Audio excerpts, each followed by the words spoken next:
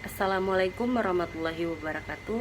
Perkenalkan, nama saya Zekiatul Fatana, stambuk A221181090. Pada video kali ini saya ingin memberikan contoh video pembelajaran jarak jauh secara daring menggunakan via Zoom. Tujuan dari video ini yaitu untuk memenuhi mata kuliah pembelajaran mikro. Adapun proses pembelajaran via Zoom adalah sebagai berikut. Assalamualaikum warahmatullahi wabarakatuh. Waalaikumsalam warahmatullahi Waalaikumsalam wabarakatuh. warahmatullahi wabarakatuh. Apa kabarnya semua anak-anak? Baik, Ibu. Alhamdulillah, luar biasa. Baik, Ibu. Alhamdulillah, semoga kita semua selalu diberi kesehatan, terutama di kondisi seperti sekarang ini, yaitu di masa pandemi seperti sekarang ini. Semoga kita semua selalu sehat walafiat dan selalu jaga kesehatan dan selalu patuhi protokol kesehatan. Iya, Ibu. Tadi Ibu sudah membagikan link absen di WhatsApp. Apakah kalian sudah mengisi absennya semua? Iya, Ibu, sudah, Bu. Sudah, Ibu. Sudah, Oh Ibu. iya, di sini sudah ada beberapa yang absen. Ibu cek kembali kehadirannya apakah sudah masuk semua ke Zoom ini ya. Iya, Bu. Yang pertama Hadi Pramono, Hadir, Ibu.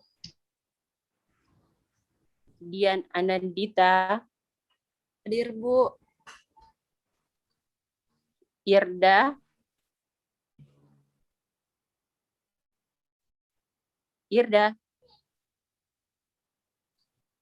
oh mungkin jaringannya kurang bagus. Mungkin jaringannya jelek, Ibu.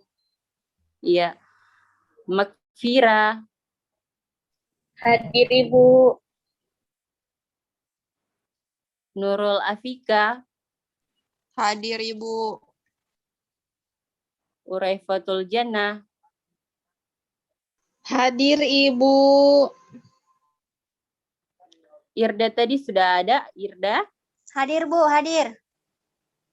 Oh baik, itu yang hadir yang sudah ada di Zoom ya. Untuk memulai pelajaran pada pagi hari ini, ada baiknya kita berdoa dulu ya anak-anak. Berdoa menurut agama dan keyakinan kita masing-masing. Berdoa dimulai.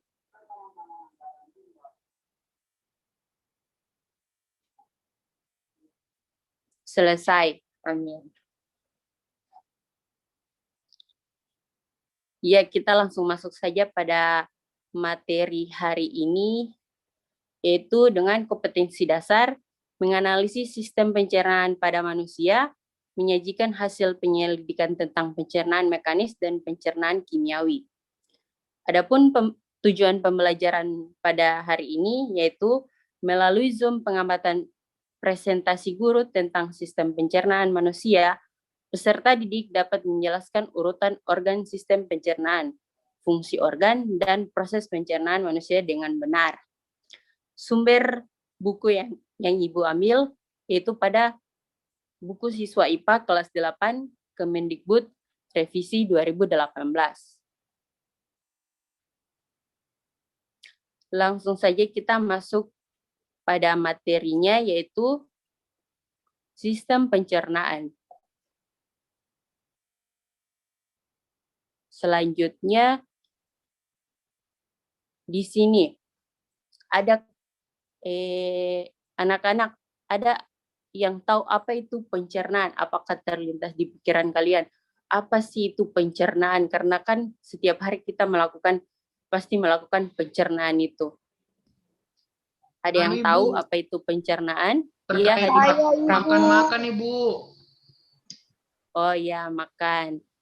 Tadi siapa lagi? Saya, Ibu, saya. Oh, Eva, Ibu. iya, Uraifatul Jannah. Apa itu? Proses pencernaan makanan, Ibu. Iya. Jadi pencernaan itu, Ibu, kalau kita makan makanan, Ibu, itu kita kayak bakunya makanan itu, Ibu, itu yang disebut dengan pencernaan makanan, Ibu. Ya, betul sekali. Ada lagi? Saya, Ibu. Iya. Silakan, Irda. Pencernaan itu, Ibu. Itu yang ada di dalam perut, Ibu. Saya lupa apa namanya, Ibu. Oh iya, Ya, Bu. ya. Nanti kita akan bahas apa saja itu organ pencernaan. Ya, pencernaan merupakan proses memecah makanan menjadi molekul kecil sehingga dapat diserap oleh tubuh melalui pembuluh darah. Itu adalah pencernaan. Selanjutnya,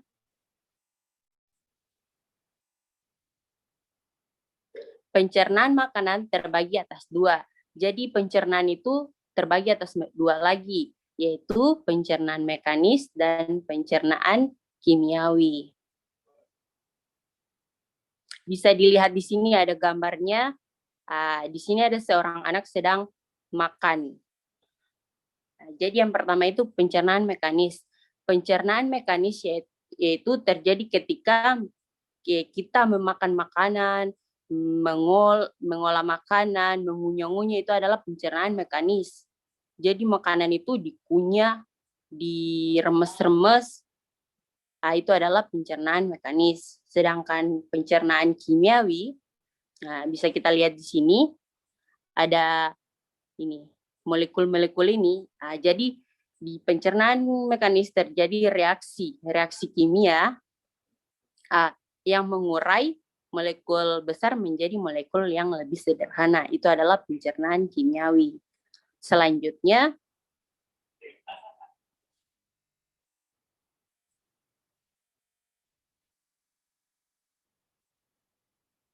ya di sini saluran pencernaan.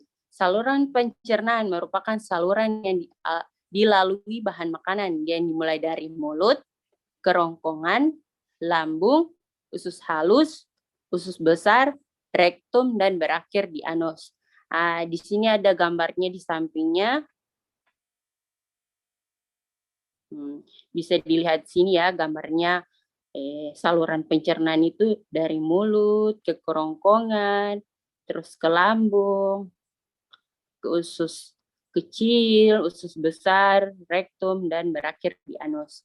Ya, kita lanjut lagi.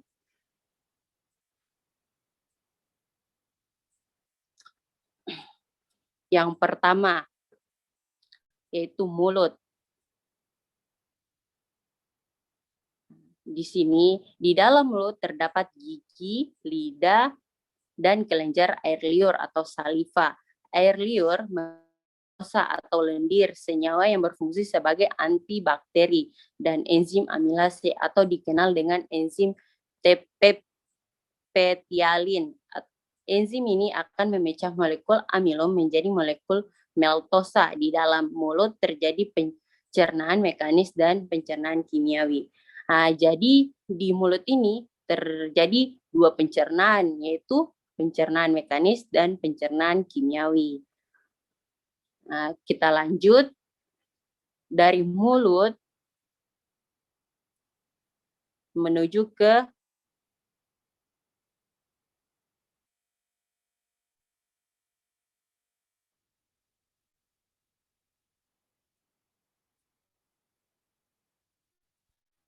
dari mulut atau esofagus.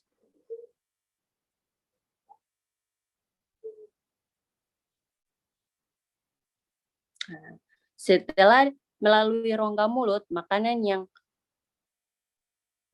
yang terbentuk bolus dalam tekak atau faring. Faring adalah saluran yang memanjang dari bagian belakang rongga mulut sampai ke permukaan kerongkongan atau esofagus. Pada pangkal faring terdapat katup pernapasan yang disebut epiglotis.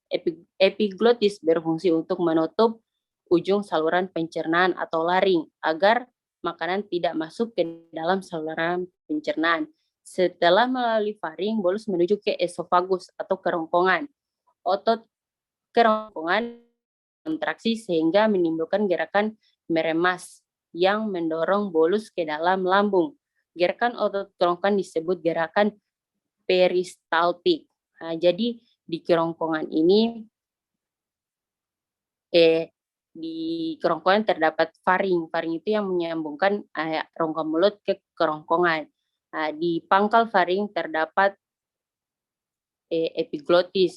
Epiglotis itu berfungsi menutup saluran pernapasan. Jadi makanan yang masuk ke dalam akan melewati epiglotis itu tidak akan masuk ke dalam saluran pernafasan karena ditutupi oleh epiglotis tersebut. Ya, kita lanjut lagi.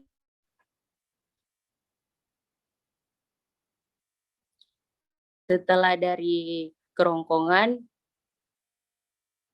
menuju ke lambung.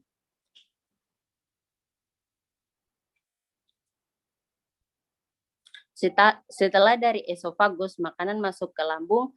Di dalam lambung terjadi pencernaan mekanis dan kimiawi. Secara mekanis, otot lambung berkontraksi mengaduk bolus. Secara kimiawi, bolus tercampur dengan getah lambung. Getah lambung mengandung asam klorida atau HCI, enzim peptin dan enzim renin. Jadi di lambung ini terjadi lagi dua pencernaan, yaitu pencernaan kimiawi dan pencernaan mekanis. Kelanjut dari lambung, setelah dari lambung menuju ke usus halus.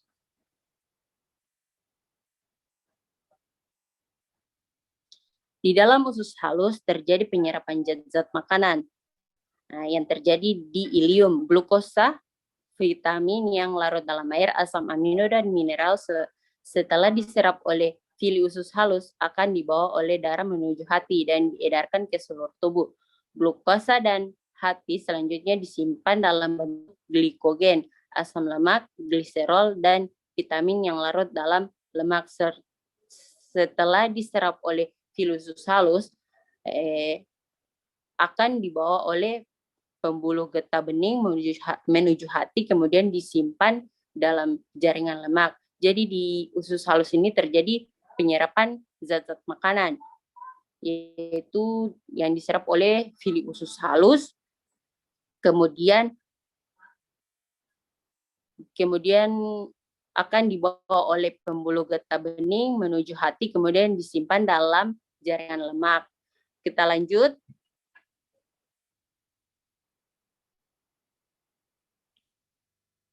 Ya, dari usus kecil menuju ke usus besar. Di usus besar, bahan makanan yang sampai pada usus besar dapat dikatakan sebagai zat-zat sisa. Zat-zat sisa berada dalam usus besar selama 1-4 hari. Zat sisa tersebut terdiri atas sejumlah besar air dan bahan makanan yang tidak dapat tercerna, misalnya selulosa. Usus besar berfungsi mengatur kadar air pada sistem makanan. Bila kadar air pada sisa makanan terlalu banyak, maka dinding usus besar akan menyerap kelebihan air tersebut. Sebaliknya, bila sisa makanan kekurangan air, maka dinding usus besar akan mengeluarkan air dan mengirimnya ke sisa makanan. Jadi di usus besar itu hanyalah tersisa zat-zat sisa. Ya, mungkin sampai di sini dulu materi pada hari ini. Ini ada yang ingin bertanya? Saya, Ibu. Ya, silakan. Siapa? Dian. Iya, Ibu. Dian, Ibu. Ibu, saya mau bertanya, Ibu. Kalau kan nenek saya, Ibu, sudah tidak memiliki gigi. Jadi, apabila kalau dia makan, makanannya tetap bisa tercerna, Kak, Ibu? Atau bagaimana? Ada lagi yang ingin bertanya? Karena waktunya sudah hampir habis, nanti pertanyaannya kalian Ibu dikirim saja di WhatsApp, nanti Ibu akan balas. Ada lagi yang ingin bertanya? Belum ada, Ibu. Belum ada, Ibu. Jadi hanya satu saja pertanyaan ya. Jadi kalau sudah tidak ada lagi yang ingin bertanya, pertanyaan satu tadi nanti akan Ibu jawab di WhatsApp karena waktunya sudah hampir habis. Jadi sampai di sini dulu pertemuan kita pada hari ini. Kurang dan lebihnya Ibu mohon maaf. Wabillahi taufiq wal hidayah. Wassalamualaikum warahmatullahi wabarakatuh. Waalaikumsalam warahmatullahi wabarakatuh. Terima kasih, Bu. Terima kasih, Bu.